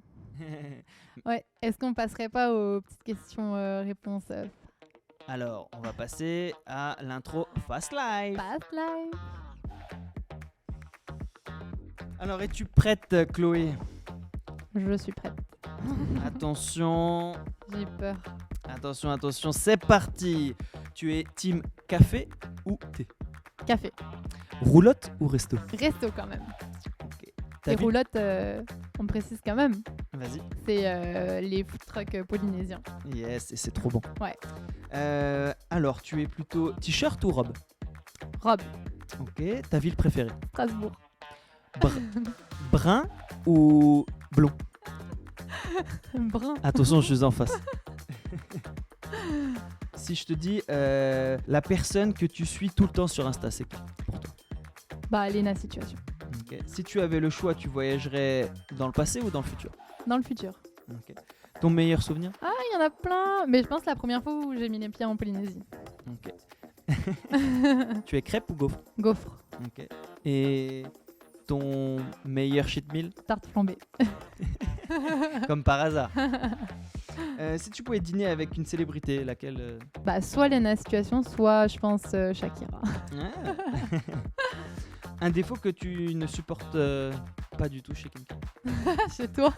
Par exemple, je sais pas. Non, un défaut que je déteste chez quelqu'un, c'est les personnes qui sont égoïstes. Tu as quoi actuellement dans ta bucket list que tu aimerais cocher? Zéro. C'est bientôt. Tes 3 célébrités favorites? Bah, Lena Situation, Shakira et... Ah si, Laurie Tillman, j'adore. Ok. Et tu as une leçon dans ta vie qui t'a marqué? C'est de voir mes parents à la retraite et qui se disent que ouais, leur retraite, elle suffit pas assez pour finalement voyager autant qu'ils souhaiteraient ou faire tout ce qu'ils veulent. Et du coup, ça m'a vraiment mis dans la tête que c'était pas ça qu'il me fallait. C'était pas le salariat toute une vie et attendre la retraite parce que finalement, voilà, ils sont heureux aujourd'hui, mais je pense que s'ils étaient entrepreneurs, ils auraient peut-être été plus passionnés, je sais pas. Mais en tout cas, moi, c'est pas ce que je souhaite pour mon futur. Ok. Quel a été le principal facteur de ta réussite? Notre rencontre. Ah. C'est ça que tu voulais. Hein. Mais c'est vrai. Quel est ton meilleur conseil pour la génération I, donc les jeunes entrepreneurs? Les jeunes entrepreneurs, déjà, cool, lancez-vous. Si vous avez un projet, même si vous pensez qu'il est super bien et que vous allez échouer, c'est pas grave en fait. On peut tous échouer, on peut tous faire des erreurs et c'est pas grave, on rebondit tous, il n'y a pas de souci. Même s'il y a des périodes difficiles, n'oubliez pas que vous pourrez toujours rencontrer une personne qui va vous tirer vers le haut et vous faire rebondir. Ne vous en faites pas, il y a toujours des moments difficiles, mais vous pourrez rebondir. Quels sont pour toi les piliers les plus importants pour nourrir son état d'esprit pour entreprendre? Écouter plein de podcasts, rencontrer des gens. Vraiment, ça c'est le plus important, c'est aller à la rencontre des gens, ne pas être timide. Même des personnes que vous ne dites pas... on parle beaucoup des entrepreneurs, mais il y a des personnes qui ne sont pas entrepreneurs et qui sont aussi très intéressants et qui peuvent vous apporter beaucoup. Donc vraiment, aller à la rencontre des gens. Ce qui est top, c'est vraiment, même si vous êtes timide, juste, je sais pas, vous allez au marché et vous discutez avec le gars, il va pouvoir vous apprendre des trucs, comment il vend ses fruits ou j'en sais rien, comment il s'est débrouillé dans la vie pour s'en sortir. Il y a toujours quelqu'un qui va pouvoir vous apporter quelque chose, que ce soit un entrepreneur, un salarié ou une personne âgée, une jeune personne. Je pense qu'on peut apprendre de tout le monde et c'est ça aussi quand je voyage que j'adore faire, c'est parler avec les gens. Donc parler, ça va nourrir votre état d'esprit. Et le troisième, entourez-vous, c'est un petit peu pareil, mais entourez-vous des bonnes personnes dans votre vie aussi sentimentale. Parce que je pense que si j'avais pas rencontré Ghislain qui est dans le même état d'esprit que moi, j'en serais pas où je suis aujourd'hui. Voilà. Et tu as une leçon dans ta vie qui t'a marqué? Je pense que même les erreurs que j'ai faites, je les ferai pareil parce que ça m'a appris beaucoup de choses en fait. Donc franchement, pour l'instant, j'ai pas fait des erreurs dramatiques, on va dire. Donc toutes les erreurs, je les referai avec plaisir. Quel est le plus grand défi que tu as dû relever dans le cadre de ton rôle spécifique en ce moment et comment as-tu pu le surmonter? Il y a beaucoup de choses, mais là, je pense notamment à m'afficher sur les réseaux sociaux et sur les médias, parce qu'on avait fait il n'y a pas très longtemps une émission télé. Et ça a été dur pour moi parce que je l'ai beaucoup entendu de se détacher de la vie des autres et j'ai été confrontée et j'ai eu beaucoup de haters, on appelle ça. Donc on m'a appris que quand on avait des haters, c'est qu'on commençait à réussir dans la vie. Donc écoutez, je ne sais pas si c'est vrai ou faux, mais ça a été quand même difficile pour moi, ça a été une claque. Mais voilà, pour l'instant, j'arrive à m'en détacher et ça se passe bien. Faut toujours envoyer du love, c'est ça qui est important. C'est vrai. Les haters égale lovers. Ouais, en fait, les haters, ils sont... Ce qu'il faut savoir, c'est qu'ils sont pas bien dans leur peau et dans leur vie. Et du coup, souvent, ils vous jalousent ou ils ont un problème, en fait, avec l'autre. Clairement, je pense que pour avoir le temps de dire du négatif et de critiquer les autres, c'est que déjà, il faut avoir beaucoup de temps à tuer. Et franchement, si vous êtes dans cette position, s'il vous plaît, genre... faites quelque chose de votre vie et il y a plein de choses à faire et envoyez du bon aux personnes parce que ça vous reviendra toujours. Faut savoir donner pour recevoir, il n'y a pas de secret, mais c'est clair que les haters quelque part en fait ils nous apportent du plus en fin de compte parce que en fait ça fait de l'interaction, ça fait de la visibilité, plus de commentaires, plus de likes ou de dislikes, mais ça fait vivre en fin de compte la vidéo ou autre. Donc s'ils faisaient rien en fin de compte, ce serait encore pire. Mais eux ils pourraient pas s'en sortir comme ça. C'est clair. À mon tour. Ah, voilà. Avion ou bateau? Avion. Thé ou café? Café. Café. Requin ou baleine? Ah, les deux sont vraiment sympathiques, mais... Sympathique, je sais pas. Ouais, je dirais baleine. Ah. Ta ville préférée? Sydney. Ah ouais. Blonde ou brune? Blonde. Toi. Kobe Bryant ou Zidane? Zidane. Ok. Je suis plus foot. Quelle personne tu suis tout le temps sur Insta? En ce moment, c'est Anthony Bourbon que je suis souvent. Ok. Ouais. Ton meilleur souvenir? Bah, notre rencontre. Oh, c'est mignon. Et si tu avais le choix de voyager dans le passé ou dans le futur? Moi, je suis plutôt partisan du futur parce que je crois en l'avenir. Ok. Ton cheat meal favori? C'est les burgers. Crêpes ou gaufres? Je suis plutôt crêpe. Si tu pouvais dîner avec une célébrité, laquelle serait? Robert Kiyosaki dans Il va l'entrepreneuriat. falloir se dépêcher. Hein. Il va falloir que j'aille à la Phoenix. Et un défaut que tu ne supportes pas chez quelqu'un? Moi, je suis quelqu'un de souvent impatient en fait. Je suis quelqu'un de. Ah ouais, c'est vrai ça. Voilà. Et après, chez les autres, ouais, qu'ils soient un peu. Qui sont... que c'est un peu mou. C'est ça, ouais. Ça m'énerve. Ça m'énerve. C'est vrai que ça t'énerve grave. Je confirme, tu mens pas. Et tu as un endroit à cocher dans ta bucket list? Prochainement, pas prochainement? Ouais, bah on va partir au Pérou, donc. Ouais, mais ça c'était le mien. Ça c'était le tien. Arrête de t'approprier mes bucket lists. C'est vrai, dans la mienne, Ouais. bah, c'est pas encore coché, mais j'aimerais y aller. C'est en Asie, en Thaïlande et en Corée du Sud. On avait les deux, mais la Thaïlande est depuis un moment sur la bucket. Et est-ce que tu as une leçon dans ta vie qui t'a marqué? J'ai plein de leçons, ouais. J'ai plein de leçons que j'ai apprises et c'est sûr, mais j'en suis toujours ressorti grandi. Mais ouais, pas de leçons spécifiques, mais j'ai appris beaucoup. Ouais. Si, moi je connais la tienne. Vas-y, alors dis-moi. Celle avec ton grand-père, si tu veux la raconter.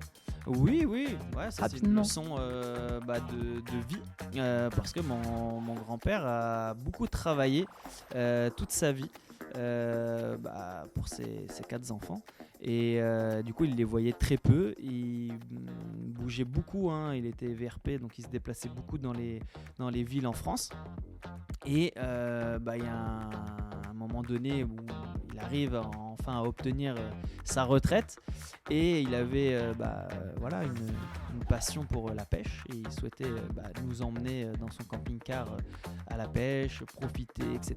Et malheureusement, ça a été de courte durée parce que il est décédé très malheureusement trop rapidement par rapport à ce qu'il aurait dû obtenir de la vie. C'est-à-dire il avait donné beaucoup pour les autres, mais lui il n'a pas pu recevoir énormément en contrepartie. Donc Papy Maurice, j'ai appris de ces efforts-là que tu as donnés. Je profite maintenant, moi. Et quel conseil tu donnerais aux gens qui nous écoutent? Le conseil, croyez en vous et vous êtes le seul déclencheur de votre vie. Si vous prenez les décisions, c'est vous-même qui allez faire la différence. Seul vous pouvez faire la différence. Clairement, c'est ça. C'est le seul conseil, c'est bougez-vous le cul. Et quel est le plus grand défi que tu as pu relever dans le cadre de ton rôle en ce moment?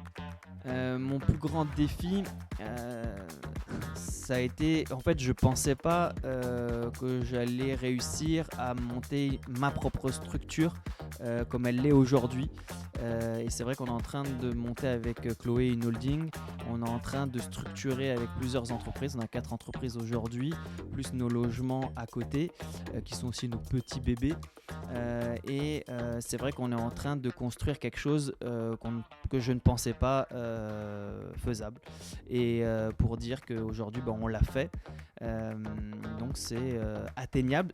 C'est pas facile, ça c'est clair. Il y a beaucoup de travail, beaucoup de passion. Et derrière, on est content du résultat.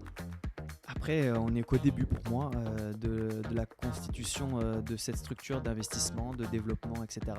Et c'est en tout cas pour moi une vraie réussite professionnelle d'avoir construit ça et d'avoir développé cette nouvelle génération que j'appelle très souvent la génération I comme indépendant, qui pour moi sont les personnes qui souhaitent se lancer pour gérer leur propre vie et se sécuriser en investissement eux-mêmes et en étant sûr d'avoir un revenu par la suite et de profiter tout de suite. Yes. Je pense qu'on va terminer ce podcast. En tout cas, j'espère que ça vous a plu. Et nous, notre objectif, du coup, c'est de développer des sujets sur l'entrepreneuriat ou sur comment on travaille au quotidien, quels conseils on aurait à vous donner régulièrement. Et surtout aussi d'interviewer des entrepreneurs, donc que ce soit en métropole, mais aussi surtout en Polynésie. On aimerait bien mettre en avant des beaux profils et des profils qui ont décidé de se lancer d'eux-mêmes en Polynésie. Donc n'hésitez pas si vous vous reconnaissez dans ce profil ou si vous avez quelqu'un à nous conseiller qu'on pourrait interviewer, ce sera avec grand plaisir.